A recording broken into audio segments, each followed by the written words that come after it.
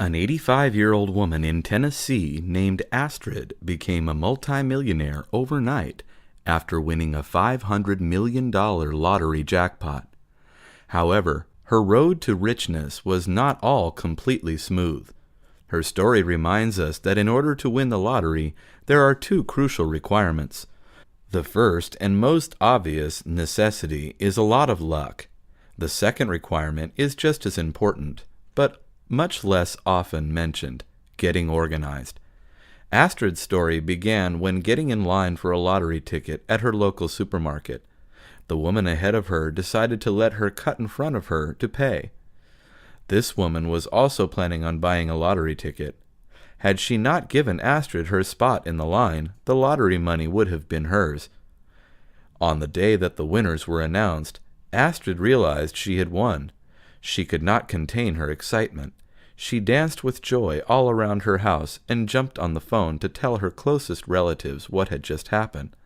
The next morning, Astrid woke up and prepared to go claim her prize money, but suddenly realized that she could not remember where she had placed her ticket.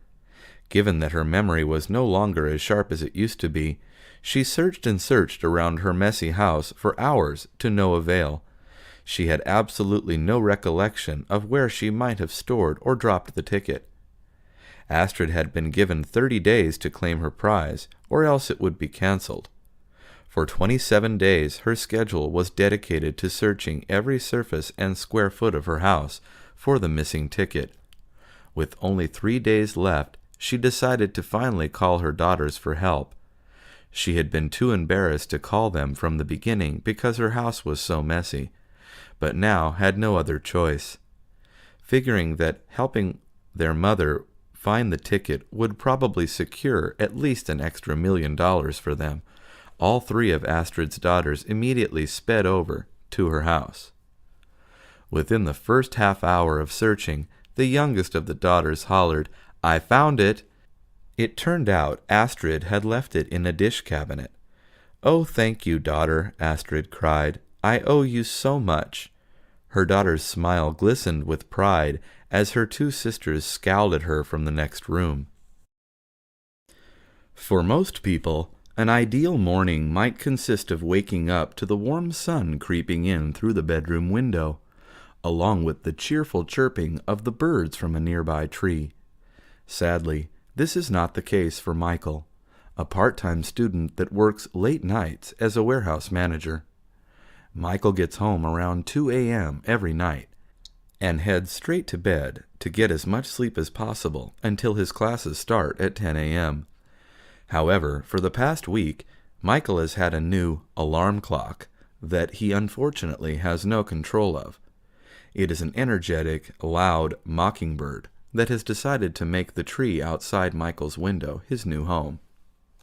Each morning, the bird begins singing as loud as possible at exactly 5:55 a.m. and does not stop until late into the night.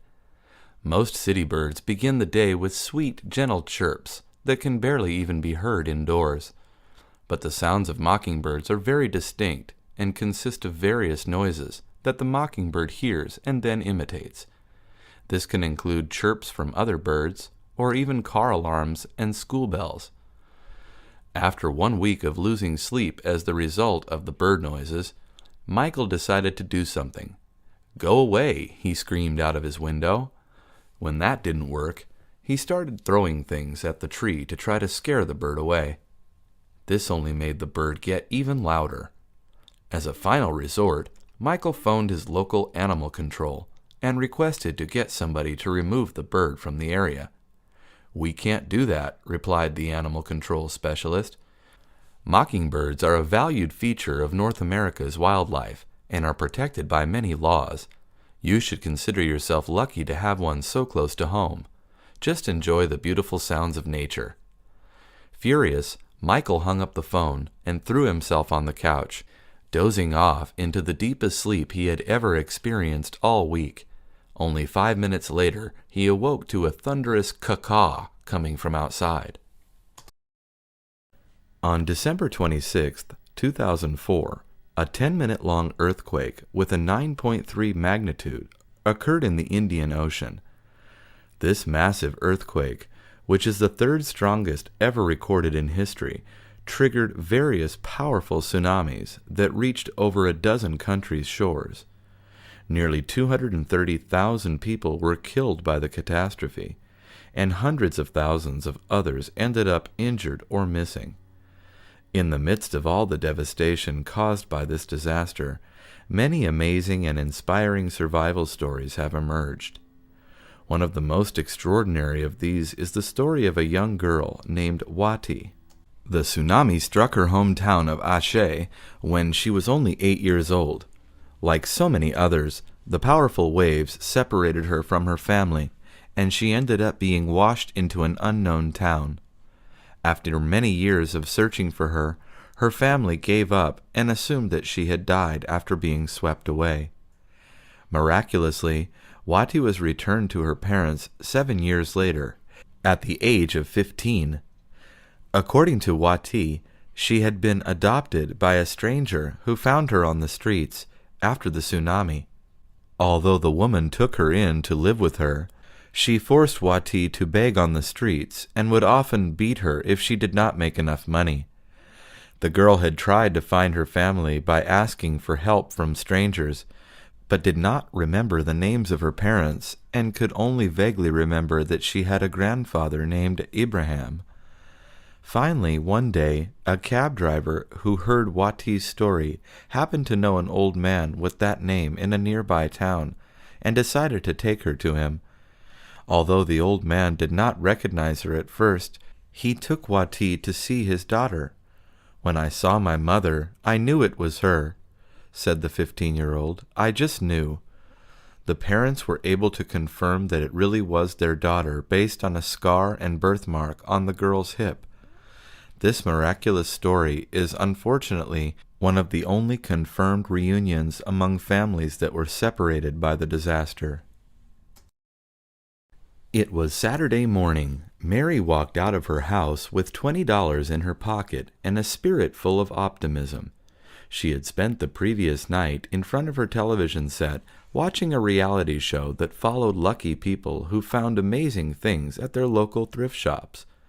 All of these people had bought seemingly ordinary items for extremely low prices and ended up discovering that their items were actually very valuable treasures. After having spent 5 consecutive hours watching other people's experiences, Mary was determined to give bargain hunting a try in hopes of finding something that would make her rich. One of her favorite stories from the show was of a man who had purchased a copy of the Declaration of Independence, thinking it was a cheap replica for only $2. He ended up discovering that the print was actually one of only 200 official copies of the Declaration of Independence commissioned by John Quincy Adams in 1820. The man ended up making $477,650 after selling it. As Mary walked into her local thrift shop, she tried recalling what all the people in the reality show had looked for. The most common items that people got rich from were paintings, and so she headed straight to the home decorations aisle. Once there, she couldn't decide which looked most expensive. They actually all seemed pretty ugly to her. "Excuse me," Mary said to an elderly woman walking by. "Which painting do you think could make me richer?" Confused, the old lady quickly pointed at one and walked away. The painting the old lady had pointed at was of a cat collage with almost 20 different cat faces jumbled atop of one another. Definitely not my first choice, thought Mary. However, she trusted Destiny's decision and bought the painting for $5. After putting it up online, she began receiving dozens of emails asking if the picture frame displayed came with the painting. In order to see what all the buzz about the frame was about, she took it to an antique store and asked if there was anything special about the frame. "Of course, it is special," remarked the clerk at the store. "Its wood and age make it at least $25,000. Mary ended up selling the frame for $30,000. A few days later, the buyer returned the ugly painting to her through the mail. Winter was approaching. Jason was excited for the coming season. It was his favorite time of year. He loved the cold weather and snow. Jason lived in New York. During the winter, it would snow in New York. He always played in the snow, even as an adult. Jason would gather his family and friends at the park where they had snowball fights. It was a lot of fun. His favorite holiday, Christmas, occurred in winter. This was another reason why winter was Jason's favorite season. Every year, he bought presents for his family and friends. Jason loved seeing the look on their faces when they unwrapped their Christmas presents. It was better to give than to receive, Jason thought. Jason loved everything about Christmas. He enjoyed caroling. He loved singing Christmas music. He loved kissing his wife under the mistletoe. He loved drinking sweet eggnog. Jason sometimes even dressed up as Santa Claus for fun and entertained his nephews. Winter also came at the end of a year. New Year's Day would come after Christmas. Jason also loved this holiday. It was a day to celebrate the new year to come, while reflecting on the past one. Jason always made New Year's resolutions. Every year he made a new resolution. This year he promised to go skydiving. Last year he promised himself to lose 20 pounds. Jason always kept his New Year's resolution. He lost 20 pounds in 3 months. This year was no exception. He planned to sign up for skydiving lessons in January of next year. Jason could not stop thinking about winter. He could not wait for it to come. It was going to be the best winter yet. Jason needed to wait 5 more months because it was barely mid-July. For the past week, Elizabeth would come home from work and discover that her apartment smelled like cigarette smoke. She did not know where the smell was coming from. Elizabeth didn't smoke. No one else had the key to her apartment to smoke inside while she was at work. The smell of smoke especially bothered her because she had asthma. One day Elizabeth stayed home from work because she was expecting a package. When she woke up that morning, the apartment smelled fine. At 1 p.m, Elizabeth went into the kitchen to make a sandwich for lunch. That was when she noticed the smell of cigarette smoke. She called the building superintendent. By the time he arrived at Elizabeth's apartment, the whole place smelled like cigarette smoke. The super told Elizabeth he was pretty sure the smoke was coming through the vents from her new downstairs neighbor. The neighbor was a smoker. The super told Elizabeth there was nothing to be done. The building was really old, and the vents couldn't be sealed. It was also perfectly legal for the downstairs neighbor to smoke in his apartment. He suggested that Elizabeth buy an air filter and see if that would help. Elizabeth bought an air filter but didn't find it to be enough. Her asthma was getting worse. Her clothes and furniture were beginning to smell like cigarette smoke, too. Elizabeth decided to go downstairs and talk to the neighbor. She was going to ask him not to smoke in his apartment. Elizabeth knocked on the door. When he opened the door, a huge wave of cigarette smoke came out. Elizabeth began coughing violently. The neighbor gave Elizabeth a disgusted look. "Are you trying to get me sick?" the neighbor asked her. Elizabeth couldn't believe what he was saying. "No, but you are," she said. Ron was excited to show his wife Debbie what he had bought at the home improvement store. Debbie, however, was not impressed when she saw the big black plastic bin. She thought it was a garbage can. "We have a garbage can already. Why did you get another one?" Debbie asked. She seemed annoyed. Ron explained that it was not a garbage can. It was a compost bin. Ron explained that a compost bin was a place where they could put any organic waste, like fallen leaves, grass clippings, and fruit and vegetable peels. "Why can't we just throw that in the trash?" Debbie asked. She really didn't want extra work for herself. Ron explained that it was good for the environment. About 30% of all garbage in the United States is made up of waste from food and yards. Not only would they produce less garbage, they would also make compost, which was rich soil. It would help Debbie's flowers. She could have the beautiful garden she always dreamed of. Ron explained that little by little, inside the bin, the food scraps and green waste would create a pile.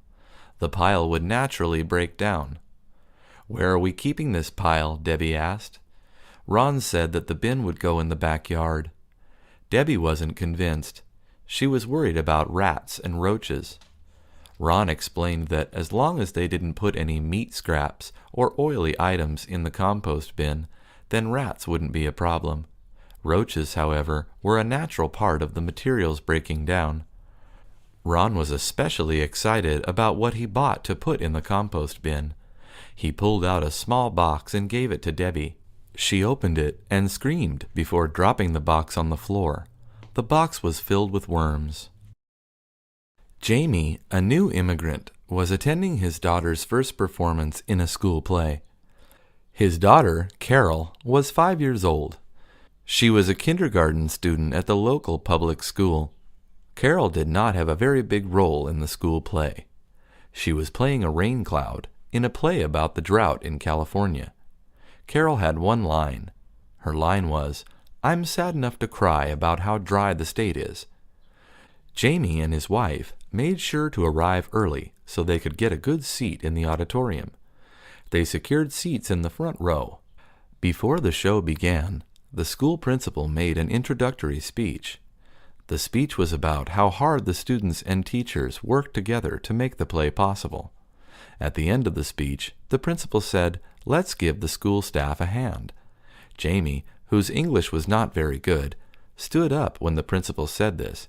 He knew that when people said to give someone a hand, they meant they needed help. Jamie always wanted to help, especially at his daughter's school. Jamie thought maybe they needed help backstage. Jamie's wife put her arm in front of her husband. "Where are you going?" she whispered. "They need a hand," Jamie whispered back. His wife explained that to give someone a hand could also mean to applaud them. "They don't need help, they just want us to clap," Jamie's wife said. Jamie felt a little embarrassed. He sat back down and began clapping along with the rest of the audience. Jamie thought to himself that someone needed to give the English language a hand. How could one phrase mean two different things? He meant the English language needed help. Donald had a rough morning. He had an argument with his wife, so he thought it would be a good idea to finish a 6-pack of beer and a handful of prescription pain pills. This would have been fine if he stayed inside his house. Instead, drunk and high, Donald began to harass his next-door neighbor. First he banged on his neighbor's door, then he broke the glass panel of a porch light. Finally, he ripped the light's wires out of the wall. That was the last straw. The neighbor called the police. The police came and arrested Donald for public intoxication and disturbing the peace. Donald was taken to a nearby jail. His stay only lasted a few hours. As soon as he was more sober, the police released him. Apparently, Donald wasn't quite sober enough, though. When he was released, Donald realized he was pretty far from his home. He didn't feel like walking almost 2 miles, so he called his friend from the jail to come get him. But Donald was getting impatient. When a woman got out of her car in the parking lot, he tried to get in. The woman screamed for help. Donald screamed, "But this is my car." The woman kept screaming, and Donald got out. Then he thought it would be a good idea to take the bus home. A deputy was watching and arrested Donald again, after he had only been free for 1 hour. This time, however, Donald's jail stay would not be as short. He was charged with attempted burglary. A judge set his bail at $10,000. He didn't have $10,000, so he is still in jail awaiting trial. Rob Hernandez thought the fuzzy little chick at the pet shop was the cutest thing he had ever seen. He had to buy it. He thought he was buying a baby duck, and he named his new pet Chaco. Chaco was loved and grew fast. Rob began to notice, however, that Chaco was growing too fast and getting too big. When Chaco made his first sound, Rob couldn't believe his ears. Rob expected a quack, but Chaco honked. Chaco was no duck. Chaco was a goose. Rob didn't reject Chaco, though. He kept him as long as he could. Chako was not a quiet goose. He made a lot of noise, honking all day and night. Rob's neighbors started to complain. Rob did not want to give Chako up, but he couldn't risk his neighbors calling the police on him either. Rob had to make a decision. Rob decided to take Chako to the nearby park that had a lake with other geese. Rob felt sad leaving Chako, and he was pretty sure his feathered friend felt sad too. Rob goes twice a week to the park to visit Chako so that both the goose and the owner are less sad. When Rob goes to visit, Chako swims across the lake right into Rob's arms. Sometimes Chako will even give Rob a little peck, a goose's way of giving a kiss. When Rob goes to visit, he always brings snacks for Chako. The other geese seemed to be jealous of all the attention Chako was getting, so now Rob brings enough bread for all the geese to share. Rob and Chako also play. Rob throws his former pet into the lake. Chako goes underwater, swims a little, and then returns to the shore so that Rob can throw him in again. Ever since Mary moved to the United States 1 year ago, she often heard the phrase, "no such thing as a free lunch." While she understood this to mean that you can't get something for nothing, she heard other mothers at her child's school talking about the free lunch program. "How much does it cost to enroll?" Mary asked the secretary at her child's school. The secretary smiled and told Mary that it didn't cost anything except a little bit of her time.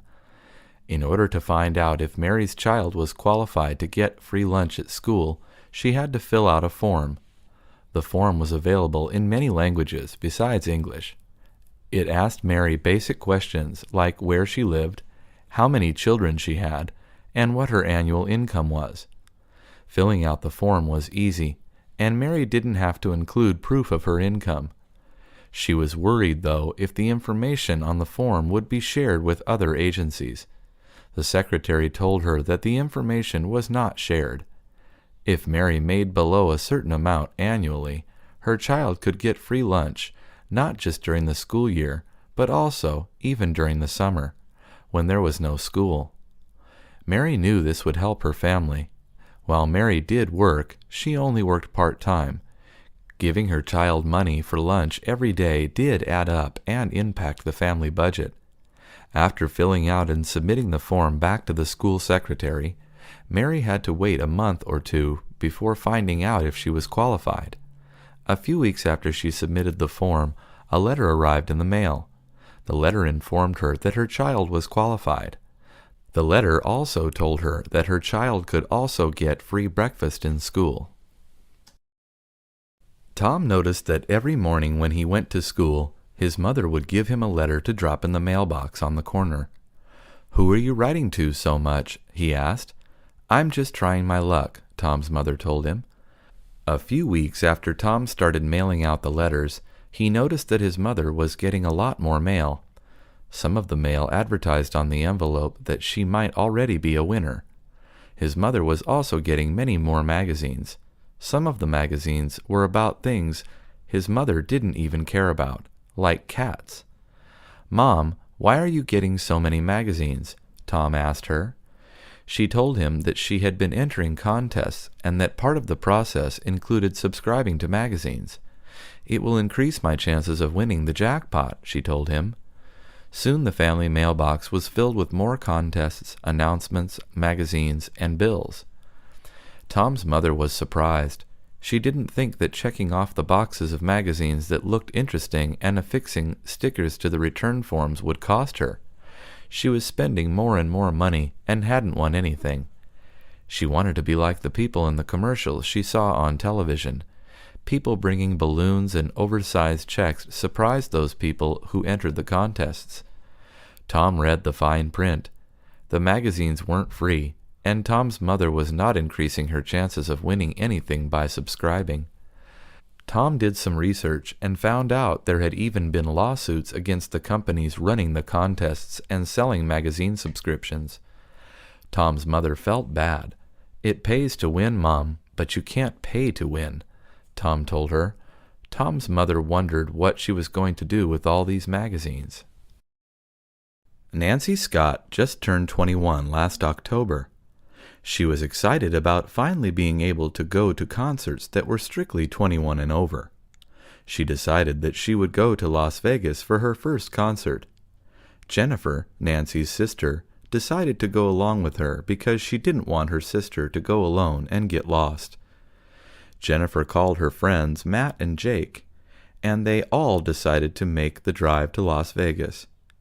As they arrived in Las Vegas, they parked their car in the parking lot of the hotel that they were staying in. Nancy took a shower, and then Jennifer took one. They got dressed and then met both Matt and Jake in the lobby of the hotel. Nancy was so excited, she asked her sister if she wanted to get a drink. Jennifer agreed and said, "Okay, but only one." Jennifer bought her sister a giant drink that came in a 4-foot-tall cup, and she got the same. Nancy couldn't believe how big the drink was. "It's almost as tall as me," Nancy said. Jennifer laughed and took a drink from her cup. Matt and Jake arrived first at the place where the concert was going to be. They called the sisters and told them where to meet them. Nancy was excited to see the concert because one of her favorite bands was playing. As they got in line to get in, Jennifer went to the restroom. When Jennifer was getting back to her friends and sister, she met one of the members of the band named Jill. Jennifer told Jill about Nancy coming all the way to Las Vegas to see the show, and if she could do something special for her. Jill smiled and said sure. She reached into her purse and gave Jennifer 4 backstage passes. Jennifer hugged Jill and said thank you. Jennifer ran back to Nancy and told her to close her eyes. When Jennifer told Nancy to open her eyes, she was holding up the backstage passes in front of Nancy. Nancy began jumping up and down with joy. James Baker was only 12 years old when his parents decided to move the family to a new town. At first, James was heartbroken because he had to leave his friends behind. His mother told James that it would be okay and that he would make new friends. When James and his family finally arrived at their new home, they decided to go out to meet the neighbors. It was a typical American suburban neighborhood. Every house had a big lawn in the front, with a walkway leading up to the door. James felt uncomfortable, and he didn't want to meet the neighbors. The first house they went to belonged to an elderly couple. They seemed nice, but they didn't have any kids that were James's age. The next house they visited had bicycles parked by the garage door, so James thought kids of his age might live there. James knocked on the door, and a young girl named Linda answered. James became nervous. He let his mother do the talking. Linda's parents weren't home, but she told James's mother that they would go visit when they got home. Linda smiled at James, said goodbye, and closed the door. As they were walking back to their house next door, James looked back and noticed Linda was looking at him through the window. James looked at her, and Linda smiled. When they got home, James went to his new room. He took a look outside his window and noticed that he could see Linda in her room. He couldn't help looking at her. He thought she was the prettiest girl he had ever seen. As James was looking at her, he heard his mother calling. "I'll go downstairs in a moment, Mom," James said as he turned away from the window. When James looked back to Linda, she was staring right at him. James fell down to the floor and said in a whisper, "Oh no, I hope she didn't see me. Oh, please, please." Linda saw him and laughed. She thought James was cute. My best friend's name is Joseph Taylor, but he prefers to be called Joe. He does a lot of stupid stuff, and it usually gets him in trouble. The other day, while he was trying to impress some girls, he fell off his skateboard and broke his arm. Joe had to get his arm in a cast. He told me it was worth it. He had already gotten 3 phone numbers from the girls he was trying to impress. I always love Joe coming over to my house because it makes my day more exciting. After he showed me his arm, Joe asked me if I wanted to go to the mall. "Sure, why not?" I said. I asked my mom for permission, and she said yes. When we got to the mall, Joe wanted to get something to eat, so we went to McDonald's. We got 2 hamburgers and 2 sodas, and then we went walking around the mall. For some reason, Joe always liked stealing things from the stores at the mall. I never understood why he stole the things he did. For example, that day he stole 3 keychains, 5 pairs of socks, and a t-shirt of a television show that he had never heard of. Joe always said the same thing when he got out of the store. I love the rush of stealing. I always looked at him, shook my head, and called him an idiot. The worst was yet to come. When we were leaving the mall to go catch the bus, a security guard grabbed Joe and me by the shoulders and told us we couldn't leave. The security guard took us to his office and called our parents. I was worried because I knew my dad would yell at me. Joe, on the other hand, was laughing and was telling me jokes. When our parents showed up to pick us up, Joe looked at me smiling and said, "See you in a couple of months." I looked at him, shook my head, and called him an idiot. Michael Hall always loved playing basketball with his brother Scott. They lived next to a park, and they went to play basketball at the park every day. Michael was a junior at his college, and Scott was a freshman. They both tried out for the college team, but were so nervous during the tryouts that they didn't make it. One day, while they were playing basketball, Michael noticed that a guy was watching them play. When Michael and Scott finished playing, the guy who was watching them went up to Michael. "You guys have some skills," the guy said. Michael finally realized who the man was. It was Charles King, a famous basketball player. Charles told them that he used to play basketball at that park too when he was younger. Charles asked them if they played for school or if they had a team with friends.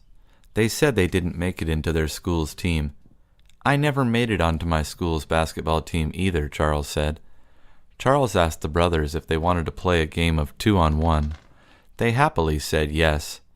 Charles won, of course, but he told the brothers that they were really good. Charles then told the brothers that he was starting a basketball camp at his old high school, and if they were interested, they could join it for free. The brothers had heard about it and said that they would love to join. "We just have to ask our mother," Scott said. Charles laughed and said, "Of course, you don't want to get Mom mad." The 2 brothers ran back home, and they told their mom about what had happened in the park. She told them that they could join as long as they kept up with their homework and their classes. The brothers agreed and went back to the park to practice.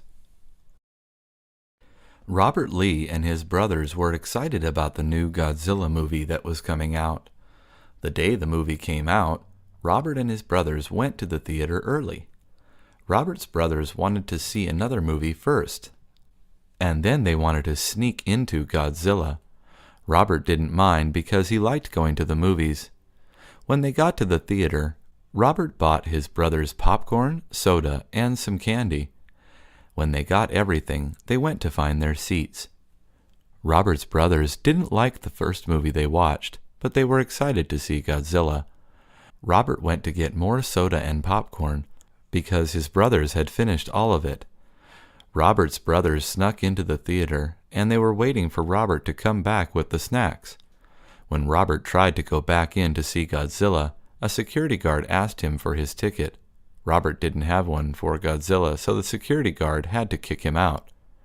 Robert had to go outside and buy another ticket for Godzilla. He felt embarrassed because he had to stand in line with the popcorn and soda. The people in line and the people who worked in the ticket booth looked at Robert and found him funny. Robert knew that they were looking at him because they knew he got kicked out for trying to sneak into another movie. His face turned red.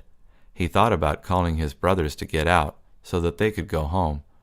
Robert thought about how his brothers wanted to see the movie too, and so he bought the ticket and went back in. The security guard looked at him again and asked him for his ticket. Robert showed it to him, and they went into the theater. The security guard laughed. It was a hot day in Clarksville. The children in the neighborhood were sweating and wanted to do something refreshing. The pool was closed because they were building something new in it. They thought about what they could do to escape the heat, but they never could agree on doing the same thing. That's when Christopher Baker decided to go to the store. He bought 10 bags of balloons and went to his house to fill them up with water.